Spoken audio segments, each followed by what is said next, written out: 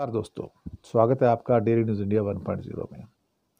दोस्तों, अपने घर को भी लूटने का बड़ा मज़ा आता है और हमारी मोदी सरकार ने इसमें महारत हासिल कर ली है। अपने बैंकों को कैसे लूटना है, सरकार से पूछो।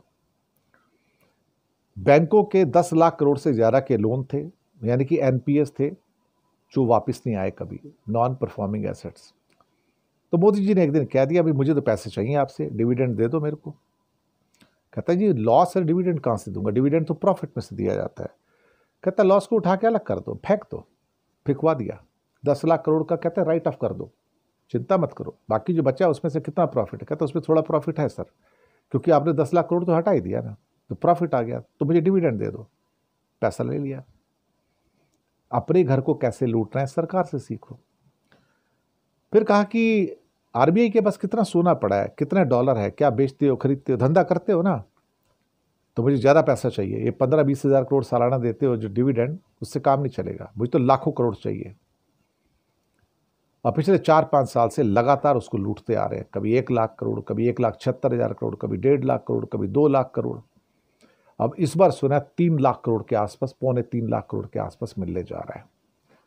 आरबीआई वहां अपना बंदा भेज दिया, संजय मल्होत्रा। भाई तेरा काम क्या है, तेरा काम यही है कि मेरे को नोट छाप और मेरे को दे दे बस तू।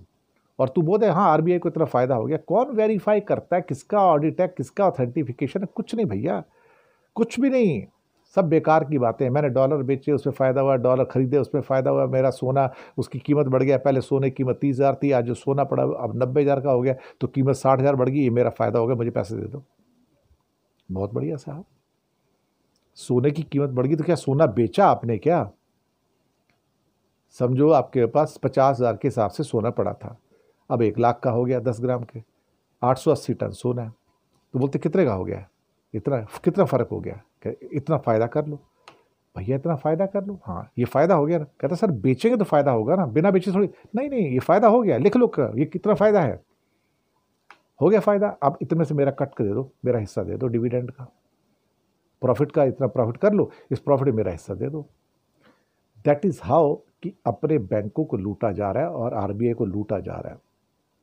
और इस सरकार ने एक्सपर्टीज कायम कर ली है कि अपने आरबीआई को कैसे लूटा जा सकता है, कैसे नकली ढंग से डॉलर्स को बेच के खरीद के उसमें से फ़ायदा दिखाया जाता है।